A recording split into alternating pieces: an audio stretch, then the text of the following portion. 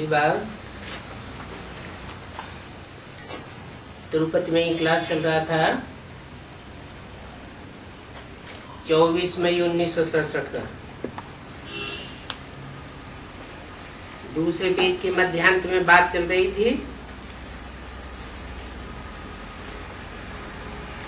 जबकि गीता के भगवान ने राजयोग सिखाया था। भगवान श्री कृष्ण वो तो भगवान नहीं है, वास्तव में वो तो वैकुंठ में रहने वाला है। वैकुंठ का रचयिता तो रचयिता बाप ही कहा जाएगा। जो स्वर्ग का वर्षा देते हैं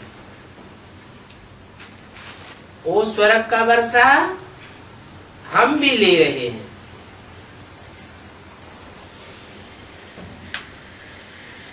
शिव बाबा आए कि श्याम से सुंदर हमको बनाते हैं। अभी हम श्याम हैं फिर सुंदर बनते हैं। सुंदर कौन बनाते हैं?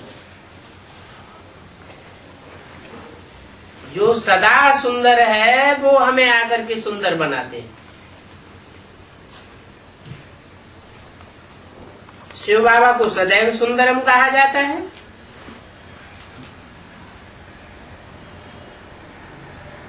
वो है भी सुंदर मुसाफिर।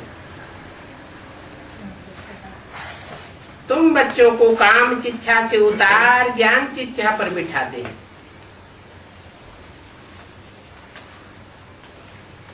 काम चिच्छा पर बैठ सब काले बन गए। फिर तुम बच्चों को अब सुंदर बनाए रहे हैं। सबको सुंदर नहीं बनाते हैं, तुमको सुंदर बनाते हैं। काले तो सब बन गए। मूल बात है याद की क्या? तुमको सुंदर क्यों बनाए रहे हैं? औरों को सुंदर नहीं बनाते हैं। कारण क्या है?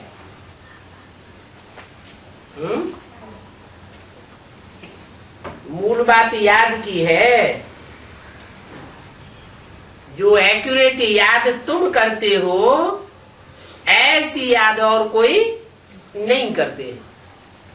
कौन सी एक्यूरेट याद? बाबा की याद। उसमें स्पेशलिटी क्या है?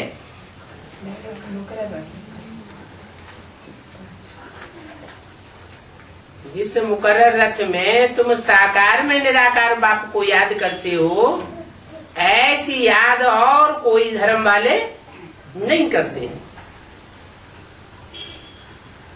फिर भी वो सर्व का सदगति दाता तो कहा ही जाता है, क्योंकि एक जन्म की सदगति तो सबको देते हैं।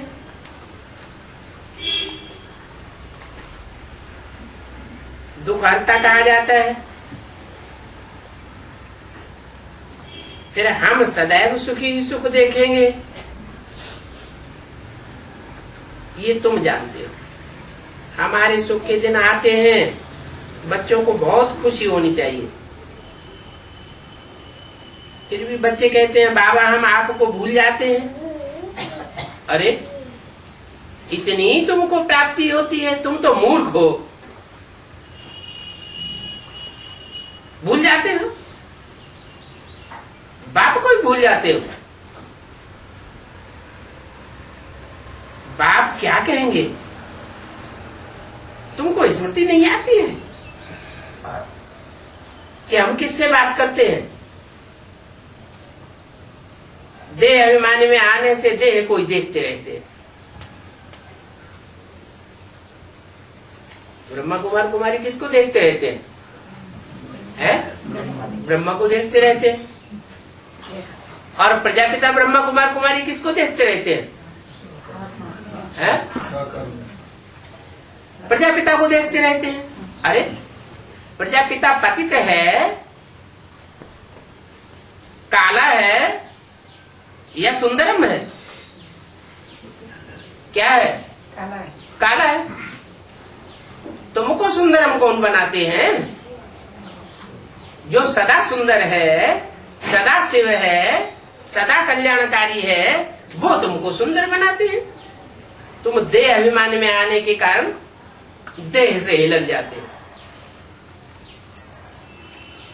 इब्राहिम बुद्ध क्राइस्ट के फॉलोअर रहे होंगे तो उन्हें वही रूप याद आ जाएगा। बाप को तो नहीं भूलना चाहिए। आधा कल्प तुमने याद किए, अभी आया हूं सिर्फ कहता हूं कि मुझे याद करो, और कोई तकलीफ तो नहीं देता हूं, फिर भी तुम भूल जाते हो। इसको कहा जाता है माया, जो तुमको बुलाती है। कारण क्या है? तुम अपन को आत्मा नहीं समझते हो। आत्मा न समझने के कारण माया फिर तुमको देह में हिलगाई देती है।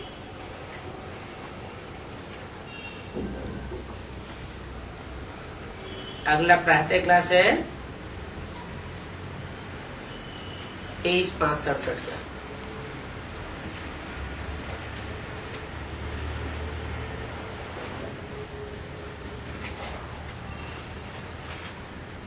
रिकॉर्ड चला है, मुखड़ा देख ले प्राणी जरा दर्पण में।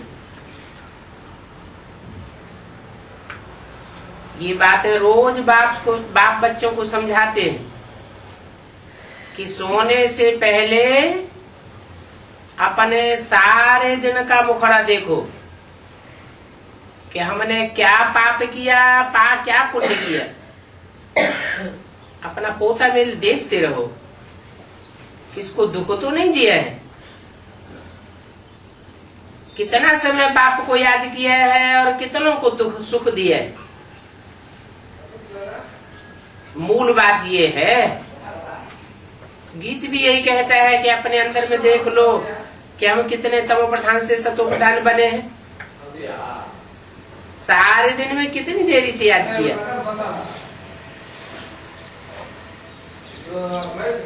अमृत वेले सवेरे सवेरे याद किया या देरी से याद किया? कोई भी देहदारी को याद नहीं करना है। आत्माओं को कहा जाता है कि बाप को याद करो। अभी वापस जाना है, कहाँ जाना है? शांति धाम से होकर के हमको नई दुनिया में जाना है। ये तो पुरानी दुनिया है। जब बाप आवे तब स्वर्ग के द्वार खुले। अभी तुम बच्चे जानते हो कि हम संगम युग पर बैठे हैं। ये भी वंडरफुल बात है। जो संगम युग पर स्टीमर में बैठ करके फिर उतर जाते हैं। अभी तुम संगम युग पर आकर के पुरुषोत्तम बनने के लिए नैया पर बैठे हो, पार जाने के लिए। फिर पुरानी कलयुगी दुनिया तो दिल से हट जानी चाहिए ना। उसको पुरानी दुनिया का किनारा तो छोड़ दिया ना।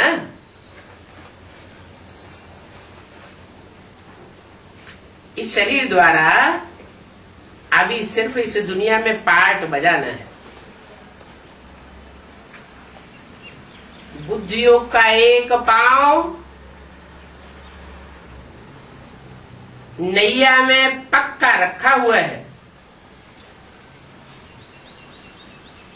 जब तक ये दुनिया है तब तक सिर्फ तोड़ निभाना है, क्योंकि अभी हमको वापस जाना है। बड़ी खुशी से वापस जाना चाहिए। मनुष्य मुक्ति के लिए कितना माथा मारते हैं, लेकिन माथा मारने वाले मुक्ति और जीवन मुक्ति का अर्थ ही नहीं समझते। शास्त्रों के अक्षर सिर्फ सुने हुए हैं, परंतु वो मुक्ति, जीवन मुक्ति क्या चीज है, कौन देते हैं और कब देते हैं, ये कुछ भी पता नहीं। समझते हर युग में भगवान आते हैं। अरे हर युग में मैं क्यों आऊंगा? समझते हैं हिरण्यकश्यप को मारने के लिए नरसिंह अवतार लेते हैं। 24 अवतार गिनाई दिए हैं। तुम बच्चे जानते हो कि बाप आते हैं मुक्ति, जीवन मुक्ति का वर्षा देने के लिए सिर्फ एक बार।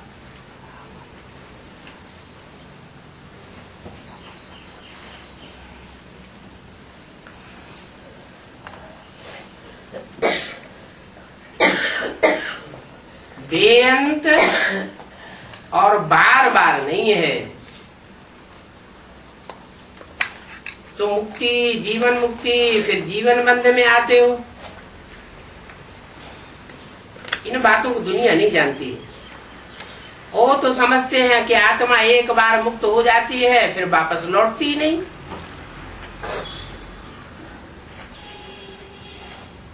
इसलिए कहा जाता है बंदर से भी बदतर। मनुष्य होकर जिनको याद करते हैं उनको जानना भी तो चाहिए ना। अब ये बूझ पड़ी है कि हम आत्मा हैं। बाबा हर एक बच्चों को सहज शिक्षा देते रहते हैं। तुम भक्ति मार्ग में दुख में याद करते थे, परंतु वहां तो पहचानते ही नहीं थे। अभी मैंने आकर के तुमको अपनी पहचान दी है कि कैसे मुझे याद करो, तो तुम्हारे विकर्म विनाश होंगे। अभी तक कितने विकर्म विनाश हुए हैं वो अपना पोता मेल रखने से पता पड़ेगा। जो सर्विस में लगे रहते हैं उनको मालूम पड़ता है। सर्विस बच्चों को पता पड़ता है। जो सर्विस में नहीं रहते हैं तो जरूर कहेंगे डिस सर्विस ही करते होंगे। बच्चों को सर्विस का शौक चाहिए। आपस में मिलकर सभी निकलते हैं। मनुष्यों का जीवन हीरे तुल्य जैसा बनाने के लिए सर्विस का शौक होना चाहिए। देखो ये कितना पुण्य का कार्य है। इसमें खर्चे आदि की कोई खास बात नहीं है। सिर्फ हीरे जैसा बनने के लिए बाप को याद करना है। उपराज परी, सब्ज परी, ये सब नाम तो है ना। ये सब तुम हो। तुम जितना जितना याद में रहेंगे उतना उतना हीरे जैसा बनते जावे। कोई माणिक जैसा बनेंगे, कोई पन्ना जैसा बनेंगे, कोई हीरा जैसा बनेंगे। ऐसे नहीं कि पुखराज ही रह जाएंगे। याद के ऊपर सारा मदार है। नवरत्न होते हैं ना। कोई ग्रहाचारी होती है तो नवरत्न पहनते हैं।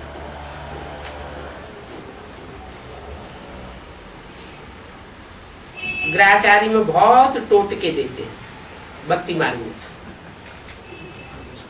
और यहाँ तो सभी धर्म वालों के लिए एक ही टोटका है। कौन सा टोटका है? मन मना भव। क्योंकि गॉड इज वन गाया हुआ है। 8 या 9 को याद नहीं करना है। इसको याद करना है, सिर्फ एक को याद करना है। मनुष्य देवता बनने की व मुक्ति जीवन मुक्ति को पाने की तदबीर एक ही है जो बाप बताते हैं। बाप को याद करना है। तकलीफ की कोई बात नहीं है। सोचना चाहिए कि मेरी याद क्यों नहीं ठहरती है,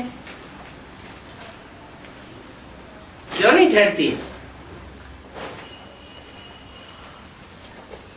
बच्चों को मेरी याद क्यों नहीं ठहरती है? क्या कारण है?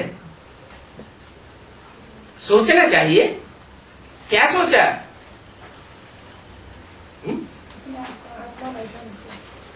आत्मा नहीं समझते? किसका संग का रंग लग गया? आत्मा बच्चे तो परमात्मा बाप के ही है। परमात्मा बाप के बच्चे हैं तो बच्चों को तो माँ बाप का ही संग लगा होना चाहिए। फिर क्यों नहीं याद आता? जरूर औरों का संग 63 जन्मों में किया है। तो जिनका संग किया है वो संकल्पों में, स्वप्न में सामने आते रहते हैं। क्या? अपना हिसाब किताब पूरा करने के लिए। कहाँ जाते हो? किसको याद करने लगे? हमको क्यों छोड़ दिया? आवेंगे तो ना संकल्प में, तो घबराना नहीं चाहिए। क्या करना है? सब ताजे हरे भजो। बुद्धि में ज्ञान तो बैठा है ना कि किन की याद से हम नीचे गिरे, किन के संग से नीचे गिरे और किसके संग से हमें ऊंचा उठना है।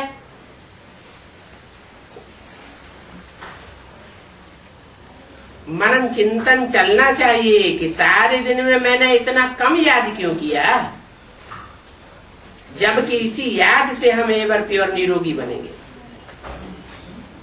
तो क्यों नहीं अपना चार्ट रख करके उन्नति को पावे? बहुत है तो 2-5 रोज चार्ट रख करके फिर भूल जाते हैं। कोई को भी ये समझाना बहुत सहज होता है कि नई दुनिया को सतयुग और पुरानी दुनिया को कलयुग कहा जाता है। कलयुग बदली हो करके फिर जरूर सतयुग होगा। कलह कलेश का युग खत्म होगा तो कलह कलेश करने वाला कौन है? और सतयुग आवेगा तो सत्य का युग बनाने वाला कौन है? कलह कलेश कब बढ़ता है? झूठ खंड कब बनता है? जब झूठापन बढ़ता है तो झूठ खंड बनता है, कलह कलेश होता है। झूठ है रावण और सत्य है बाप। बाप आकर के सत्य युग स्थापन करते हैं। सच्चा बाप सच्ची नॉलेज दे करके सच्चा युग स्थापन करते हैं। और रावण द्वैतवादी है, 2 बातें बताता है, 10 विषयों मत में देता है। झूठ के पीछे झूठ, झूठ के पीछे वो झूठ, एक झूठ के पीछे अनेकों झूठ बोलनी पड़ती है। तो वो झूठी दुनिया बनाता है और बाप सच खंड बनाता है। बदली होता है तभी हम समझा रहे हैं कि कलयुग बदली होकर के अभी सतयुग आना है। दूसरी तो कोई बात है नहीं। चार्ट रख करके उन्नति पाना चाहिए। शास्त्रों में तो कल्प की आयु ही लंबी कर दी है, इसलिए सभी घोर अंधियारे में पहुंच गए। बुद्धि में बैठता ही नहीं है कि अब कलयुग खत्म होने वाला है, सतयुग आने वाला है। दूसरी बात यह है कि बाप के लिए भी कह देते हैं कि अभी पूरा निश्चय नहीं होता है कि ये वो ही है जो ब्रह्मा के तन में आकर के पढ़ाए रहे। अरे तुम ब्रह्मा के बच्चे ब्राह्मण हो ना, ब्रह्मा कुमार कुमारी कहलाते हो। इसका अर्थ क्या है?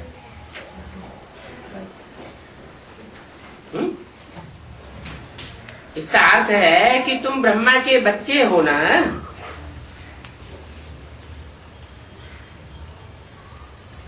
वर्षा कहाँ मिलेगा? ब्रह्मा से वर्षा मिलेगा क्या? ब्रह्मा का अर्थ क्या है? ब्रह्मा का अर्थ है बड़ी माँ। माँ से वर्षा मिलता है क्या? एडाप्शन तब होती है जब कोई प्राप्ति होती है। तुम ब्रह्मा के बच्चे ब्रह्मा कुमार कुमारी बने हो तो सचमुच बने हो या कोई संशय है? संशय क्यों आता है? इतने ब्रह्मा कुमारी आश्रम खुले हुए हैं तो जरूर ब्रह्मा होगा ना कोई। ब्रह्मा के बच्चे तो हुए ना। अम्मा के बच्चे हो तो अम्मा के पीछे कौन होगा? है? बाप भी होगा ना। संशय क्यों आता है? पक्के निश्चय बुद्धि नहीं है। स्त्री और पुरुष की दृष्टि बदलने में भी समय लग जाता है। कोई तो बहुत भाग्यशाली होते हैं, झट समझ जाते हैं। बुद्धि में आता है कि हम भी स्टूडेंट हैं, ये भी स्टूडेंट है, भाई बहन हो गए। 23 मई 1967 की वाणी का दूसरा पेज। जब अपने आप को स्टूडेंट समझे तब तो बुद्धि में बैठे। आत्माएं तो सब भाई भाई। फिर ब्रह्मा कुमार कुमारी कहने पर बनने पर भाई बहन बन जाते। ये बड़ा वंडरफुल है और खुशी भी होती है समझने से, क्योंकि मनुष्य देवता बनना है। ये कोई भी जानते नहीं है कि मनुष्य देवता कैसे बनना होता है।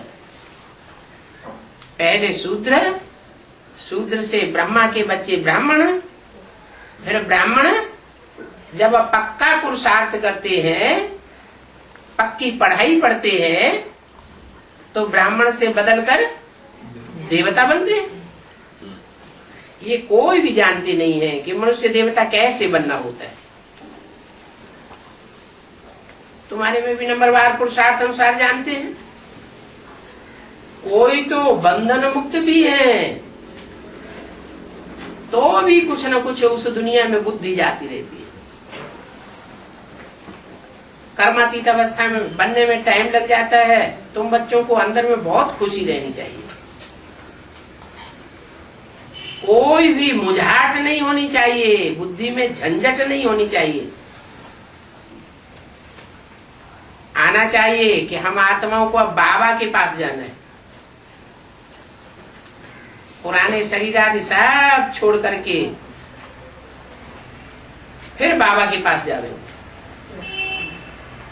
हमने कितना पार्ट बजाया है, अभी हमारा चक्र पूरा होता है। ऐसे ऐसे अपने साथ बातें करनी चाहिए। जितना बातें करेंगे उतना हर्षित मुख रहेंगे और अपनी चलन को भी देखते रहेंगे। कहाँ तक हम लक्ष्मी नारायण को भरने लायक बने। नारद तो भक्त था। भक्त कहते कुछ और हैं, करते कुछ और हैं। कहीं नारद जैसी चलन हमारी तो नहीं है। औरों से कहता था चलो बैकुंठ, खुद कहाँ चक्कर काटता था है? नर्क की दुनिया में। इससे तो फायदा होने वाला नहीं है। जब तक भक्ति की बदबू न निकले तब तक कर्मातीत अवस्था नहीं बन सकती। भक्त क्या करते हैं? कहते कुछ और है और करते कुछ और है। कथनी करनी उनकी एक नहीं होती। ज्ञानी का मतलब यह है जो कहना, जो सोचना, सो करना। तो भक्ति की बदबू तो बुद्धि में से निकल जानी चाहिए।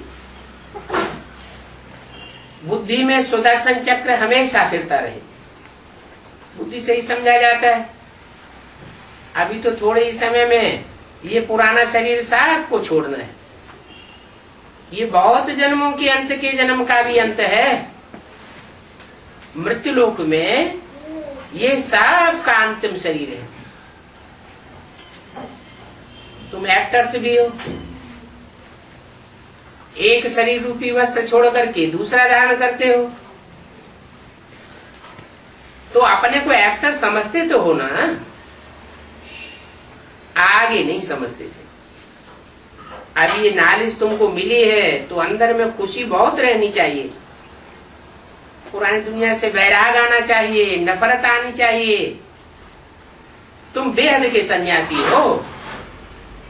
वो सन्यासी तो एक जन्म में सन्यास लेते हैं घर बार का, फिर दूसरा जन्म ले लेते हैं, तीसरा जन्म ले लेते हैं, चौथा जन्म ले लेते हैं, फिर सन्यासी बनते जाते हैं। तुम तो इस अंतिम जन्म में एक बार ही सारी दुनिया के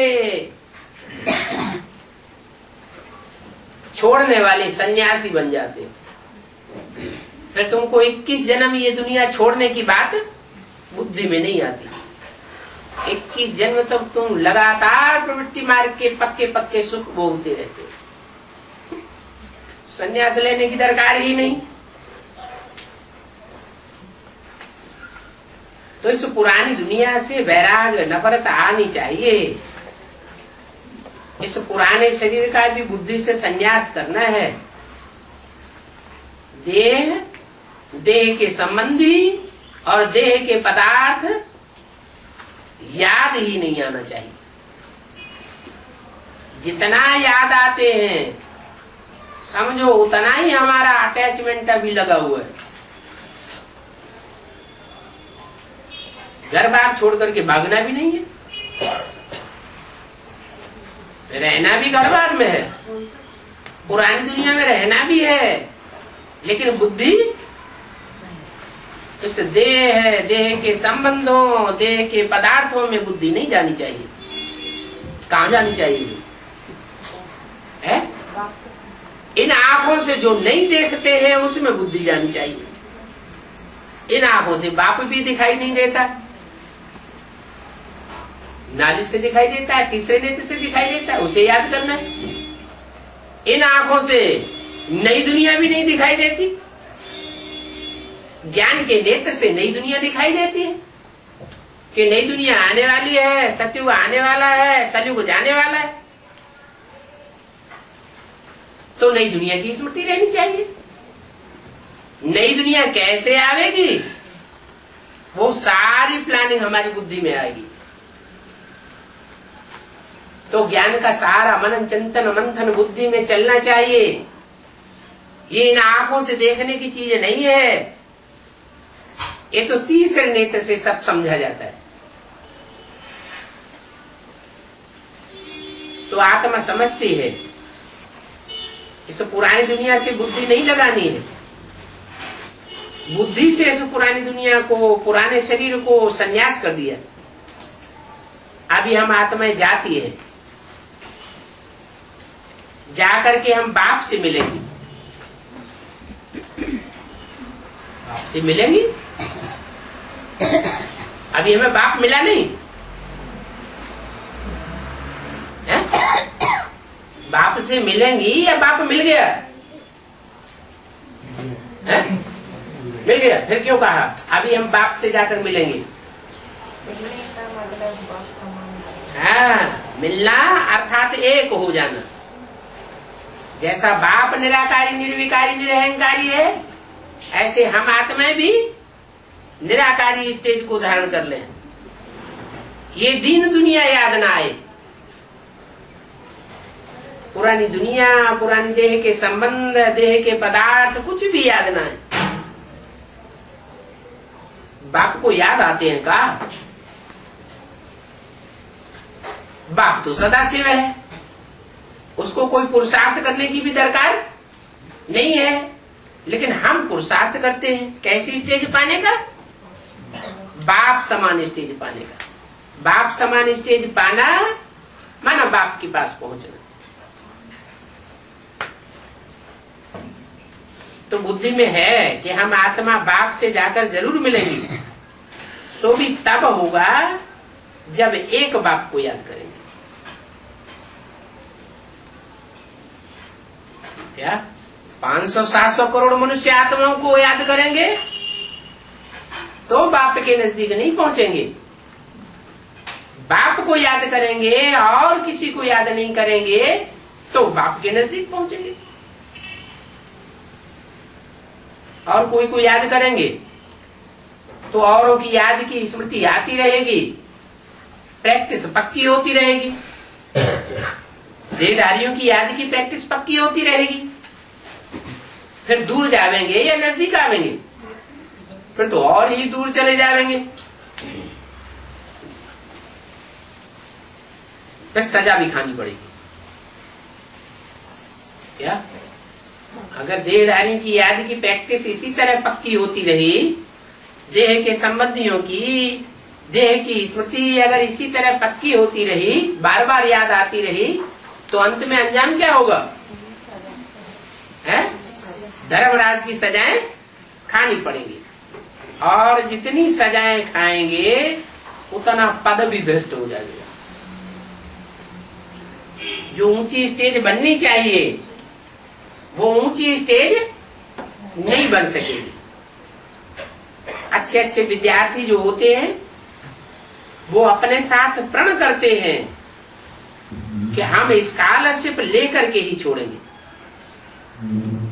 एक एक स्कूल से 2-4 ऐसे निकलेंगे। तो यहाँ पर भी हर एक को यही ख्यालात रखना है कि हम बाप से पूरा राजभाग लेकर के छोड़ेंगे।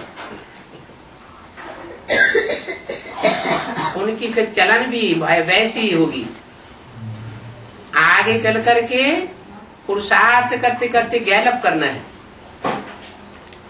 वो तब होगा जब रोज शाम को अपनी अपनी अवस्था को देखते रहेंगे। बाबा के पास समाचार तो आते ही है, हर एक के आते हैं। बाबा हर एक को समझ सकते हैं।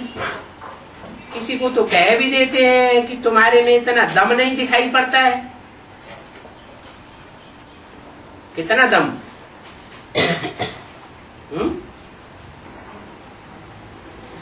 कितना दम नहीं दिखाई पड़ता है। जो स्कॉलरशिप ले लेना, ये लक्ष्मी नारायण बनने जैसी शक्ल तुम्हारी दिखाई नहीं पड़ती। चलन, खान पान अपना देखना तो चाहिए। चलन अच्छी नहीं है, खान पान अच्छा नहीं है, संग अच्छा नहीं है, तो संग दोष तो लगता है ना। फिर ऊंच कैसे चढ़ेंगे? सर्विस ही कहां करते हो, फिर क्या बनोगे? फिर दिल में समझते हैं कि हम कुछ करके दिखावें। इसमें हर एक को इंडिपेंडेंट अपनी अपनी तकदीर ऊंच बनाने के लिए पढ़ना है। अगर श्रीमत पर नहीं चले तो फिर इतना ऊंच पद नहीं पाएंगे। कितना ऊंच पद? जितने ऊंच पद का लक्ष्य बाप देते हैं। बाप कौन सा लक्ष्य देते हैं? लक्ष्मी नारायण स्कॉलरशिप पाने का लक्ष्य देते हैं। तो लक्ष्य प्राप्त करना चाहिए।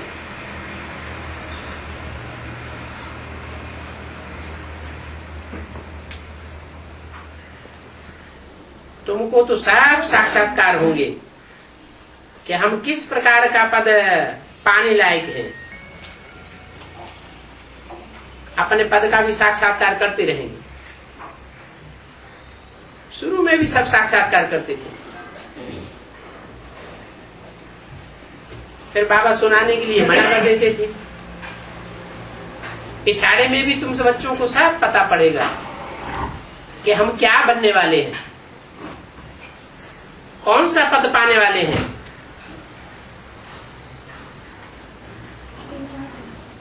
जब पता पड़ेगा तो हड़कंप हो जाएगा।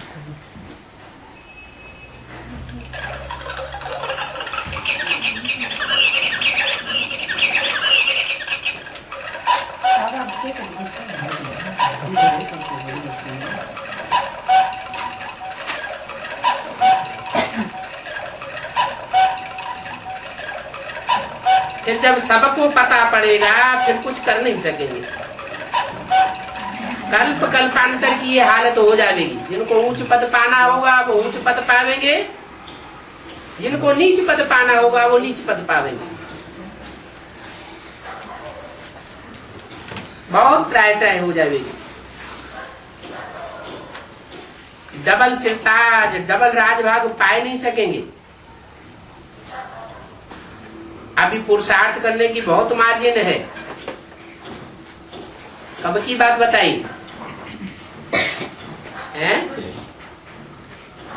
ये सन 67 की मुरली है। उस समय की मार्जिन की बात बताई कि बहुत मार्जिन है, बहुत लंबा टाइम पड़ा हुआ है। और अभी तो फाइनल पेपर सबके शुरू होने वाले, सबका रिजल्ट आने वाला है। त्रेता के अंत तक 16,000 की माला बननी है। क्या त्रेता के अंत तक बनेगी या अभी संगम युग में बननी है? माला कब बननी है? संगम युग में माला बननी है। लेकिन त्रेता के अंत तक जितने भी 16,108 निकलने होंगे वो सब यहाँ प्रत्यक्ष हो जाएंगे। यहाँ पर तुम आए हो नर से नारायण बनने का पुरुषार्थ करना चाहिए। जब कम दर्जे का साक्षात्कार होगा तो उस समय जैसे कि अपने से नफरत आने लगी। जिनको कम पद मिलेगा वो बहुत अपने से नफरत करेंगे, कुछ कर तो नहीं सकेंगे। सबके सामने मुंह नीचा हो जाएगा कि हमने तो कुछ भी पुरुषार्थ नहीं किया। बाबा ने कितना समझाया, हम अलवेले बने रहे, कोई ध्यान ही नहीं दिया। बाबा कितना कहते हैं चार्ट रखो, यह करो, वह करो, सर्विस करो। इसलिए बाबा कहते हैं कि जो भी बच्चे आते हैं सबकी फोटो यहाँ रखनी चाहिए। क्या सब बच्चों की फोटो रहनी चाहिए, जो बाद में पता पड़े। फोटो रखो, भले ग्रुप का फोटो इकट्ठा रखो। क्या एक एक का अलग अलग फोटो न रख सको तो ग्रुप का फोटो रखो। पार्टी ले आते हो ना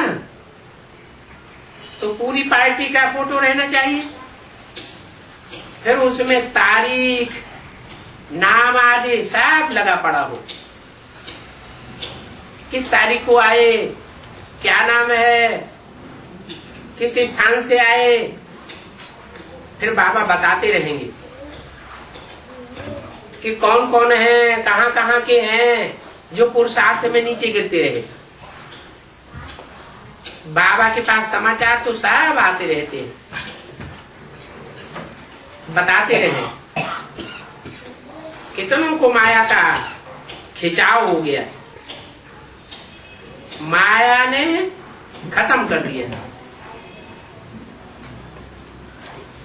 बच्चियां भी बहुत गिरती है, जैसे काम की भूतनाथनी बन जाती है।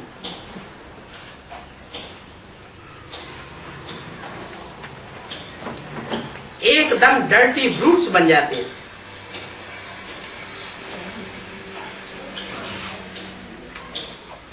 ब्राह्मणी पंडा बन करके आती है और फिर दुर्गति को पा लेती है। चलेगा, पंडा बन करके ब्राह्मणी आवे और दुर्गति को पाए लेवे, ऐसे क्यों हुआ? जरूर माया का आकर्षण हुआ है। बात मत पूछो। इसलिए बाप कहते हैं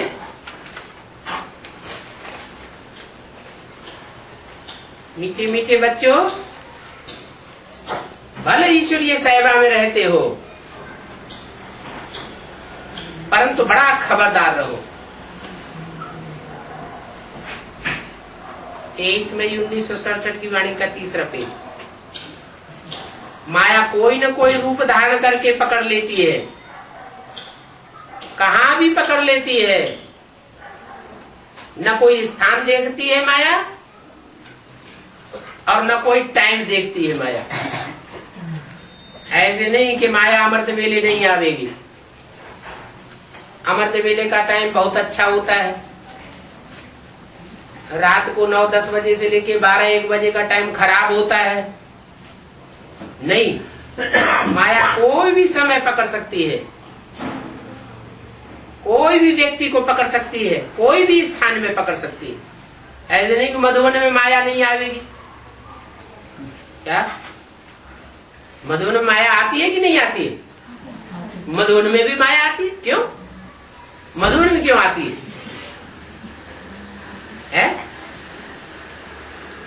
अरे बाप की बेटी नहीं है क्या? मधुबन बाप का घर है, मधुसूदन का घर है, तो घर में बेटी आवेगी नहीं क्या? घर में बेटी तो आवेगी। तो इस दुनिया में माया का पसारा चारों ओर लगा पड़ा है। कोई भी रूप धर करके पकड़ लेती है। क्या? स्त्री का रूप धर करके पकड़े, पुरुष का रूप धर करके पकड़े, कोई उसको रोक टोक नहीं है। कोई के नाम रूप की तरफ देखो भी नहीं। क्या? इसका नाम बड़ा बाला है, बहुत ऊंची हस्ती वाला है, रूप की तरफ आकर्षण हुए। जैसे ब्रह्मा बाबा के रूप की ओर आकर्षित हो गए तो कितने गिर गए? क्या घाटा आ गया? कुखवंशावली ब्राह्मण बन पड़े। बनना क्या था? बनना था मुखवंशावली, बन गए कुखवंशावली। तो जो भी कुखवंशावली बने वो सब दूसरे दूसरे धर्मों में कन्वर्ट होने वाली बन जाते हैं, नीचे गिर जाते हैं। तो बाप कहते हैं नाम रूप को देखो भी नहीं। भले इन आंखों से हम देखते हैं, परंतु बुद्धि में एक बात की याद रखो, नाम रूप को भी देखो। ऐसे नहीं आंख बंद कर लेनी है, लेकिन आंख से नाम रूप को देखा और बुद्धि से बाप को देखा, आत्मा को देखा। तुमको तीसरा नेत्र मिला हुआ तो है ना? जैसे ये नेत्र मिले हुए हैं वैसे तीसरा नेत्र भी मिला हुआ। इन नेत्रों से काम लेते हो तो तीसरे नेत्र से भी काम लेना चाहिए ना। तीसरा नेत्र मिलाई इसलिए है कि बाप को देखो और बाप को याद करो। देह अभिमान को छोड़ते जाओ। ऐसे भी नहीं कि कोई से आंखें नीची करके बातें करना है। आत्मा से बात करनी है तो भ्रकुटी में देखना है या पेट को देखना है या पूरा चेहरा देखना है? आत्मा से बात करेंगे तो जरूर सामने देख करके बात करेंगे। ऐसे कमजोर नहीं बनना है कि नीची आंख करके किसी से बात करना है। देखते हुए बुद्धि का योग अपने बिलेवड मासूक की तरफ हो। इस दुनिया को देखते अंदर में समझते हैं कि ये तो कब्रिस्तान दुनिया बननी है। इन आंखों से जो भी दिखाई पड़ता है वो सब खलास होने वाला है। आज अच्छा अच्छा दिखाई देता है और कल सब धराशायी होने वाला है। ये ऊंची ऊंची बिल्डिंगें जो अभी हम देखते हैं वो कल नहीं रहेंगी, तो उनमें ममत्व लगाना चाहिए क्या? ममत्व तो नहीं लगाना चाहिए। अंदर में समझते हैं कि एक तो कब्रिस्तान होना है, इनसे हम क्या संबंध रखें? ये तो सब विनाशी है। तुमको ज्ञान मिलता है अविनाशी ज्ञान रत्नों का। इन रत्नों को धारण करके और उन पर चलना है। भक्ति मार्ग में तो साफ दंत कथाएं हैं। भक्ति मार्ग को कब ज्ञान मार्ग नहीं कहा जा सकता, क्योंकि भक्ति मार्ग आता है रावण से और ज्ञान मार्ग आता है राम से। भक्ति नीचे ले जाती है और ज्ञान ऊपर ले जाता है। कहीं भी कोई शास्त्रों की बात बोले तो कहो शास्त्रों का नाम हमारे सामने मत लो। शास्त्र अनेक मनुष्यों के लिखे हुए हैं। जो भी मनुष्य है सब विकारी है। विकारी बुद्धि की जो रचना है वो हमको भी विकारी बनावेगी। इसलिए हम मनुष्यों के लिखे हुए शास्त्रों को मानते नहीं हैं। जानते तो हैं कि हैं, हम तो एक बाप को मानते हैं। एक बाप जो जन्म मरण के चक्र से न्यारा है वो हमको सत्य बात बतलाते हैं। ये सब भक्ति मार्ग के शास्त्र है। अभी तो ज्ञान मार्ग चल रहा है। ज्ञान मार्ग चलाने वाला एक बाप इस सृष्टि पर आया हुआ है। ज्ञान है तो फिर भक्ति की तो बात भी नहीं आनी चाहिए। क्यों? क्योंकि भक्ति की बात जहां आवेगी उनको तो शरीर छोड़ना पड़ेगा। शरीर छोड़ेंगे तो शरीर छोड़ने वाले बाप से वर्षा जीते जी ले नहीं सकेंगे।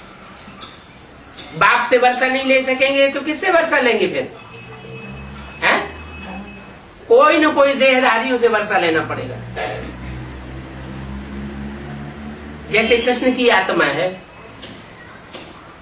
शरीर छोड़ दिया तो वर्षा किससे लेती है? प्रैक्टिकल में वर्षा उसे किससे मिलेगा? नारायण से वर्षा मिलेगा। जो बाप से वर्षा मिलता है डायरेक्ट वो तो नहीं ले सकेंगे। तो क्या कमजोरी आ जाएगी? ये कमजोरी आ जाएगी कि जो भी दुनिया के पावरफुल धर्म पिताएं हैं वो कोई भी उनको अपने प्रभाव में ले सकते हैं। जैसे हिस्ट्री बताती है यज्ञ की, यज्ञ के आदि से लेकर के और अंत तक ब्रह्मा की आत्मा दूसरे दूसरे धर्म वालों के प्रभाव में आती रही और दुर्गति को पाती रही। क्यों पाया? क्यों दुर्गति को पाया? क्योंकि यज्ञ के आदि में जिस बाप से ज्ञान की प्राप्ति हुई थी उस बाप को भूल गए। देवान आ गया, मैं कृष्ण हूं, सत्ययुग में जाके प्रिंस बनूंगा, मैं सृष्टि का पहला पत्ता हूं। देवान आने से फिर पतन हो जाता है। तो बाप कहते हैं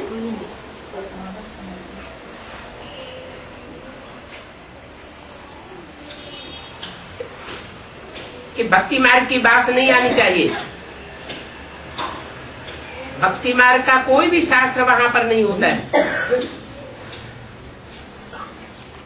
सत्युग में भक्ति मार्ग के शास्त्र नहीं होते, ज्ञान मार्ग के शास्त्र होते हैं क्या?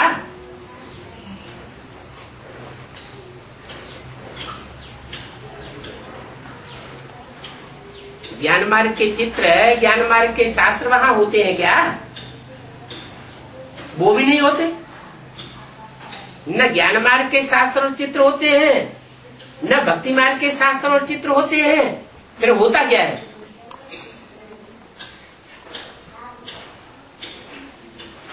किस आधार पर 21 जन्म तक नई दुनिया टिकी रहती है? आत्मिक स्थिति होती है। आत्मिक स्थिति का आधार है जो बाप यहाँ आकर के पक्का कराते हैं कि तुम आत्मा हो, तुम देह नहीं हो। संगम युग पर तो ये देह आदि सब भूलनी पड़ती है। बाबा ने बहुत बार समझाया है ये शास्त्रादि सब भक्ति मार्ग के हैं। ज्ञान मार्ग तो इनसे बिल्कुल अलग है, और ज्ञान है ही एक परमपिता परमात्मा के पास। बाकी सबके पास भक्ति का भंडार है। क्या? चाहे कोई ब्रह्मा कुमार कुमारी हो, और चाहे कोई प्रजापिता ब्रह्मा कुमार कुमारी हो, चाहे कोई इस्लाम कुमारी हो, चाहे कोई क्रिश्चियन कुमार कुमारी हो, सबके पास क्या है? भक्ति का भंडार। और ज्ञान का भंडार किसके पास है? इस दुनिया में ज्ञान का भंडार किसी के पास है या नहीं है? है। इस दुनिया में बाप आया हुआ है, बाप के पास है ज्ञान का भंडार, और बाकी सबके पास है भक्ति का भंडार। तभी तो पतित पावन ज्ञान सागर को बुलाते हैं। अभी तुम बच्चे जानते हो ज्ञान से सद्गति होती है। शास्त्रों में लिख दिया है, ऋते ज्ञानान्न मुक्ति, बिना ज्ञान के मुक्ति जीवन मुक्ति नहीं हो सकती। लेकिन वो कौन सा ज्ञान है? क्या ज्ञान है? किसने आकर के दिया? कब ज्ञान दिया? और उससे कैसी मुक्ति होती है वो किसी को पता नहीं। समझते हैं ऐसी मुक्ति होती है जो हमेशा के लिए जन्म मरण के चक्कर से आत्मा मुक्त हो जाए। तो आत्मा का अस्तित्व रहा कि नहीं रहा? आत्मा विनाशी हुई या अविनाशी हुई?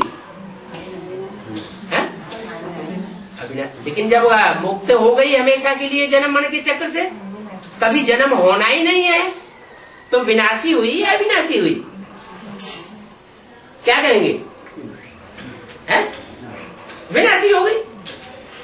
इस सृष्टि से आत्मा का अस्तित्व ही हमेशा के लिए चला गया, तो आत्मा तो विनाशी हो गई। तो अपना विनाश कौन चाहेगा?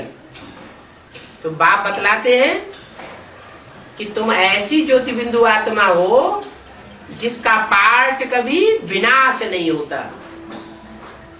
84 जन्मों का जो पार्ट जिसके जिसके अंदर भरा हुआ है, वो पार्ट ज्यों का त्यों कल्प कल्पांतर बजता रहेगा। बाप को बुलाते हैं पति से पावन बनने के लिए। अभी तुम बच्चे जानते हो कि ज्ञान से ही सदगति होती है, भक्ति से ड्रामा अनुसार दुर्गति होती है। अभी फिर बाप आए हुए हैं सदगति करने, तो फिर बाप को याद करना चाहिए। सारा दिन बाबा बाबा करते रहना चाहिए। प्रदर्शनी पर समझाते समय 1000 बार मुख से बाबा बाबा निकले, बाबा ने ऐसे कहा, बाबा ने ऐसे कहा। तो कभी भी ज्ञान का अहंकार नहीं आवेगा कि हम जो भी सुनाते हैं ये ज्ञान कोई हमारा ज्ञान नहीं है, हम ज्ञानी आत्मा नहीं है। हम किसका ज्ञान सुनाते हैं? जो बाप ने हमको ज्ञान दिया है वो ज्ञान हम तुमको सुनाते हैं। बाबा को याद करने पर तुम्हारा कितना मान हो जाएगा, बहुत फायदा होगा। शिव बाबा कहते हैं मामा के याद करो तो तुम्हारे विघ्न विनाश होंगे। शिव बाबा को याद करो तुम तमो प्रधान से सतो प्रधान बन जाओगे। बाबा कहते हैं अब बस मुझे ही याद करो, ये बात भूलो मत। बाप का ये महामंत्र मिलता है, मन मना भव। तो हर एक को समझाना चाहिए कि पहले पहले बाप को जानो, इसमें ही तुम्हारा कल्याण है। ये 84 का चक्र तो समझाना बहुत सा आसान बात है। बच्चों को प्रदर्शनी में समझाने का शौक बहुत होना चाहिए। अगर कहीं देखें कि हम नहीं समझा सकते हैं तो कह सकते हैं कि हम अपनी बड़ी बहन को बुलाते हैं कि तो गीता पाठशाला है, इसमें कोई कम पढ़ते हैं कोई जास्ती पढ़ते हैं, हमने इतनी पढ़ाई नहीं पढ़ी है इसलिए हम बड़ी बहन को बुलाते हैं, तो उनसे समझो। ये कहने पर देह अहंकार नहीं आवेगा। जिनको देह अहंकार आता है वो फिर उल्टी सुल्टी बातें सुनाते रहते हैं। जहां जहां बड़ा सेंटर हो तो प्रदर्शनी कर देनी चाहिए, चित्र भी लगा हुआ हो, gateway to heaven is स्वर्ग।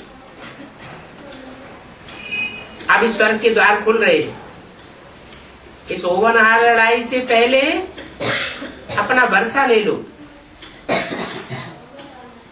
क्योंकि गेट वे टू हेवन क्या है? लड़ाई। ये महाभारत लड़ाई स्वर्ग के गेट खोलेगी। कौन सी लड़ाई है? सत्य और असत्य की लड़ाई है। भक्ति क्या है और ज्ञान क्या है, इसकी लड़ाई है। भक्ति किससे आती है और ज्ञान किससे आता है? जो भक्त होंगे वो भक्ति को जिंदाबाद करेंगे, जो ज्ञानी बच्चे होंगे बाप के वो ज्ञान को जिंदाबाद करेंगे। अभी स्वर्ग के द्वार खुल रहे हैं। जैसे मंदिर में रोजाना जाना होता है, वैसे ही तुम्हारी भी ये पाठशाला है। चित्र लगा हुआ होगा तो समझाने में सहज होगा। कोशिश करो कि हम अपनी पाठशाला को चित्रशाला कैसे बनावे।